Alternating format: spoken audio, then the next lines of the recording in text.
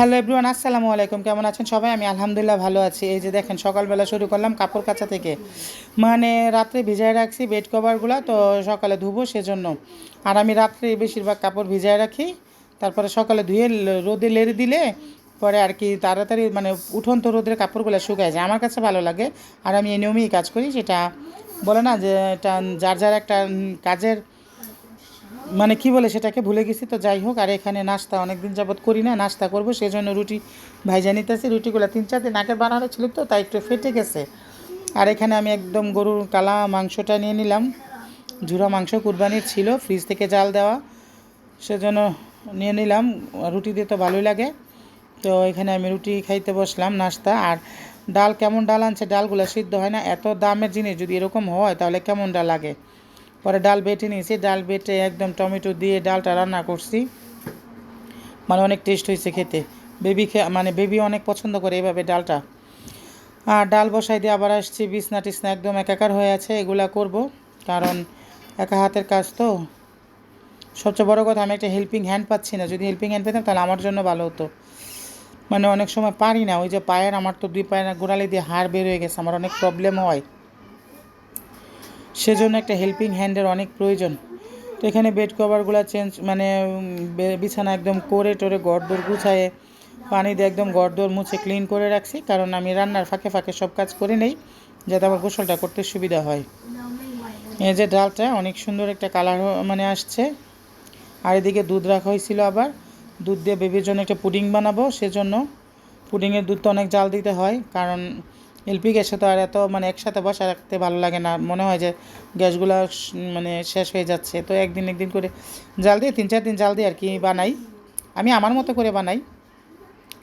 এখানে ডাল রান্না করা ওকে, তারপরে কালকের তরকারি ছিল টক তরকারি, এটা জাল দিলাম। তারপরে মুরগির মাংস ছিল, এটা জাল দিলাম। থাকলে আর এত রান্না করার কি দরকার। আর এখানে একটা মাছ বোনা করবো, সেজন্য টমেটো এগুলো দিয়া তাই কড়াইয়ে বসাই দিলাম। শিং মাছ ছোটো ছোটো 56 মাছও ছিল। আর আমার কাছে বোনাটা অনেক মজা লাগে, মানে সবাই আমার এই বোনাটা অনেক পছন্দ করে। মাছ ভাইজা আবার এগুলো বাটার জন্য বসাই দিছি, বসে গেছি। কারণ আমার কাছে নগদ বেটে রান্না করলে না মানে ভালো লাগে। ব্লেন্ডার জিনিসটা আমার কখনোই পছন্দের না, সোজা কথা। আমরা ওই যে কয় না হাই বায়ে চলার জন্য ওই যে একটা, ওই হাই বায়ে চলার জন্য ব্লেন্ডার। তো এখানে যে আমি পেঁয়াজ আর রসুন বেটে পেস্ট করে নিচ্ছি, আদা আর কি। এটা দিয়ে তরকারি রান্না করলে এত বেশি টেস্ট হয়। আর মাছের মধ্যে তো রসুনটা পেঁয়াজটাই খাটে, সেজন্য আর কি টমেটো দিয়ে দিলাম। অনেক দিন পরে টমেটো দিয়ে মাছ বোনা করলাম। নর্মালি তো টমেটো দিয়ে মাছ বোনা করা হয় না। 10 টাকা টমেটো, 10 টাকা কেজি টমেটো 180 টাকা কেজি হয়েছে এখন। তো একটু রই খেতে হয়, সেজন্য অনেক দিন পরে করলাম। আর টমেটো নর্মালি মাছের সাথে ভালোই যায়, সেজন্য। তো এরকম মাছ ভুনা কে কে খেতে চান অবশ্যই কমেন্টে জানাবেন, দাওয়াত করে খাওয়াবো। আমি আবার রান্না করতে পছন্দ করি, অনেকেই জানে। আর সবাই বলে আমার এত ধৈর্য কীভাবে, আমি এত রান্না করি কীভাবে। আসলে ভাইয়া, রান্নাটা যে আমার কত ভালো লাগে করতে তা একমাত্র আমিই জানি। রান্না শৈল্পিক, রান্না সবাই করতে পারে না।